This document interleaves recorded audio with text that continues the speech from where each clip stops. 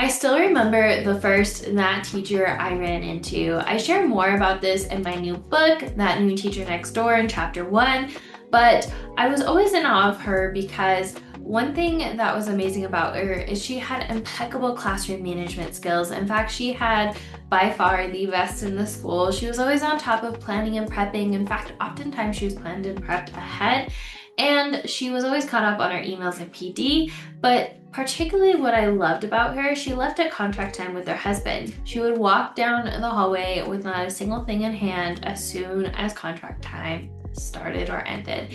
And I was always in awe of her, wondering how does she do it? Meanwhile, one of my coworkers and my teammates was jealous of her and would often degrade her or say things about how she didn't care about her students like she did. And I always wondered how. What is her secret and how does she go about doing this? Well, later in my career, I had a teacher stop me in the hallway and ask me how. I had realized I had embodied that teacher next door, that teacher who was leaving at contract time without even realizing it, so much so that my coworkers started to notice it and started to ask me my secret as well. So today we're going to dive into what that teacher next door does differently so you can embody your very own version of her. So with that being said, let's dive in.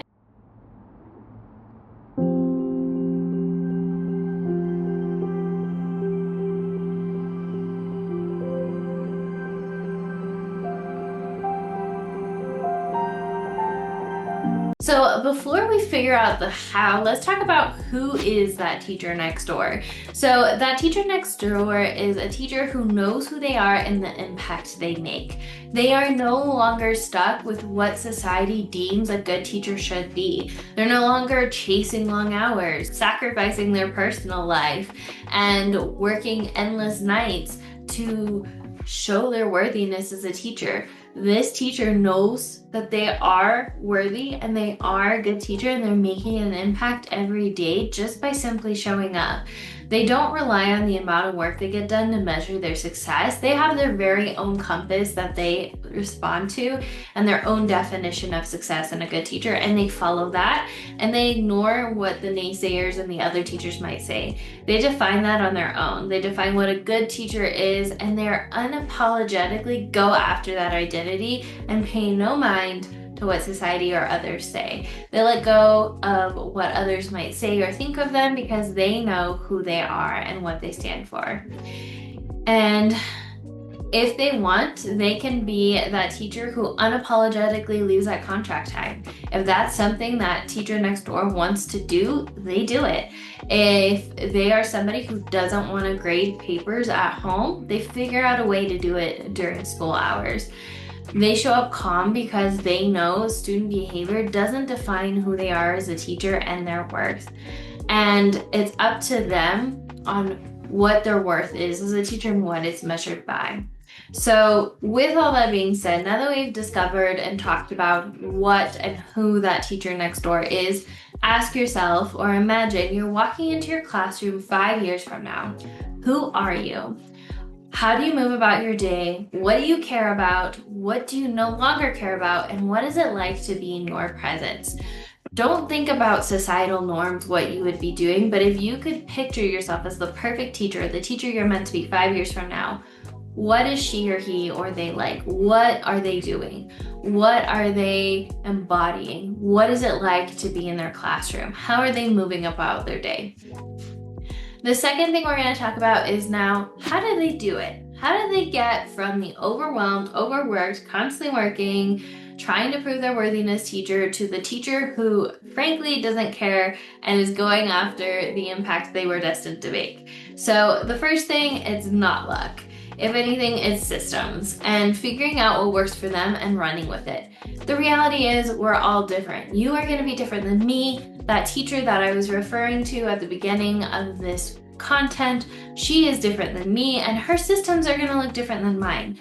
But the reality is they no longer tie their worth to whether or not a system someone else tried work for them. I could have asked that teacher way back when, if I had the courage, what her systems were, and I could have tried them and they might have not worked for me, and that's totally okay, because I'm not her and she's not me. And my worth as a teacher is not defined by whether or not her systems work for me. It's my worth is by the impact I make for my students and how I show up and figure out my own personal systems that work for my classroom. So the teacher next door, they know the right systems are out there for them, and they just get to experiment and have fun and continue to tweak and modify and warp until they find it. The second thing is they're working smarter, not harder. They've let go of measuring your worth by the amount of hours you work and giving themselves permission to let teaching be easy. Because when you're in alignment, when you're teaching from a place of ease and flow, teaching gets to be easy and it gets to be way more fun. And most importantly, going back to that, they are no longer jealous of the teacher next door. They are using that teacher as proof of what's possible for them. I could have easily became jealous, like my coworker, of that teacher next door that I mentioned at the beginning of this week's content, but I didn't. Instead, I used her as inspiration of what's possible for me, because if she can figure out a way to make teaching easier, then that's proof that I can too. And that's what the new teacher next door is doing. They are figuring out, hey, how can I make this easier? Let me figure out some systems and figure out what works for me and embody that teacher. So here's your action step. Which areas in your life are you letting it be harder than it needs to be? And which areas can you release it to be easier for you? So this could be communication. Maybe you're complicating things too much, or you're second guessing every single email you're sending to the point where it's just obsessive and you're not really embodying or letting it be easy. Maybe it's classroom management. Maybe you are constantly interrupted and you're trying to figure out a way to manage and lead your classroom, so you're following endless strategies online that you don't feel right about using in the first place, and it's just complicated. You're using a complicated system that doesn't work for you, doesn't feel good, so you're stepping out of your power and your truth and trusting yourself and trusting that you know what's best for you in your classroom. So what areas in your life are you letting it be harder than it need to be, and which areas are you going to now let it be easier? So now that we talked about how they do it, let's talk about steps to embody that new teacher next door. So the first thing I kind of mentioned it earlier, is you can decide to be jealous of them or inspired by them. So the first chapter I shared about my coworker judging her, that teacher next door, by saying she clearly doesn't care about her students like I do. You have a choice to make. You can either be jealous because they have something you want, or you can thank the world for showing you what's possible for you too. The only difference between you and that new teacher next door or online is that they have had more time to figure out what works best for them. The only difference between you and I is I have had more years of experience or more time experimenting, trusting myself to figure out the systems that work best for me. So your action step, as you move throughout your day, observe which thoughts you are having.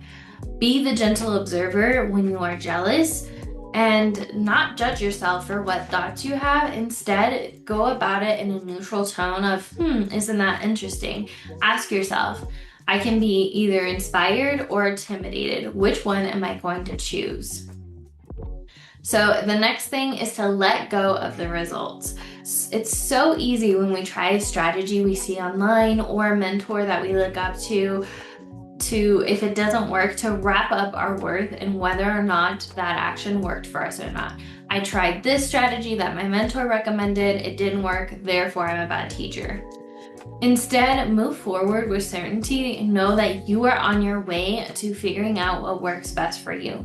If you couldn't mess it up, you can't mess it up. No matter what you do, you're gonna end up as that teacher you are meant to be. The only way you wouldn't is if you were to leave teaching. So if no matter which strategies you were to try, you were gonna end up there eventually, which ones would you want to try? Which ones would you want to see in that classroom 5 years from now?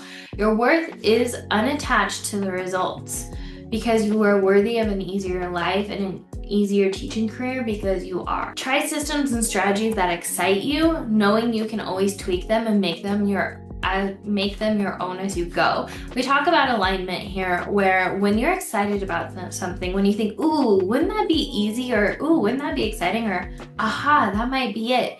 Those are often the alignment strategies that I find tend to work for teachers the best. Whereas if you see a strategy online and you're like, well, maybe I should try this because nothing else is working, or they said I should try this and they're the expert, so I might as well do it. Those strategies typically aren't the ones that are in alignment with you and are going to get you to that end result faster. So here's your homework.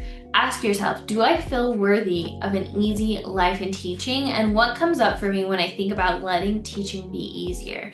Do you feel guilty or shame for letting things be easy when so many other teachers out there are struggling? I personally am talking about this because I was right there with you. That's how I felt. Where am I making things harder than they need it to be? So the last step is to take aligned action. And when you talked about this, I touched on this earlier, but if it excites you, that's the right move. If it lights you up, if you think, oh, wouldn't it be cool if, or wouldn't that be exciting if, that's typically the right move. If it makes you feel like you should, or shame, or guilt, or you have to ask if there's a better way, that's typically out of alignment. So looking back at all the aligned actions that I took so far to get to where I am today, not only in teaching, but in life, to conceiving and managing infertility issues, to starting my business, they were all actions that excited me, that lit me up, that were slightly out of the box. I've done strategies in my school that nobody else was using, that other coworkers told me not to, but I did it anyway, and it ended up getting me that much closer to having the classroom I always dreamed of having. So, with that being said, here's your homework. If no one could be mad at you or judge you, what would you try next? If anything was guaranteed to work, that strategy you try next was guaranteed to work, what would you do next? So let's wrap this up. So we talked about who is that new teacher next door, and we talked about how they do it. How do they change their life? How do they go from overwhelmed, overworked, measuring their worth by the hours they work, the sweat on their back, and the sacrifices they make, to the impacts that they make? And what are the steps they take to embody that person? So if you enjoyed this week's content, I would love if you can send me a message to let me know, or drop it in the comments if there's a comment section. Here are your next steps. If you really liked this week's content, honestly, this is an exact overview of everything I talk about in my new book, That New Teacher Next Door. That New Teacher Next Door is a book that honestly, she's controversial, she's rebellious, she's an overachiever, and she's stepping out of societal norms on what a good teacher is and finding her path. It combines short stories with practical strategies to get there. And it's all about shifting identity and becoming the teacher you were meant to be. So if that's something that excites you, definitely go check out that book. And what I love about it is anybody who accesses that book will get access to a 3-part training to leaving at contract time if their version of that new teacher next door so chooses to have that as part of their identity. That is also included as a thank you for being someone to join me on this journey. If you want to take a step further and you're somebody who is wondering, how do I maximize my time? I'm tired of measuring my worth by the amount of work I do, and I'm ready to step into and embody that teacher who knows what she's doing, manages her time, and works smarter, not harder. Definitely grab that guide, because that is all my top strategies, or my top 10 strategies when it comes to maximizing your time as a teacher. And if you want to take it a step further and you want more video community support to embodying that new teacher next door, make sure to check out the Present Teacher Circle, because it has a framework that takes you step by step how to transform different areas in your teaching life. Things like classroom management, data and grading, planning and prepping, organization, communication, all of these are covered in there. And what I love about it is it's step by step by step, and it builds off each other. So you have a different emphasis each month or each module that you can dive into at any time. All right, that wraps up today. What was your biggest takeaway from this week's content? Let me know. As always, remember, we are stronger together, and I'll see you in the next one, Teacher Bestie. Bye.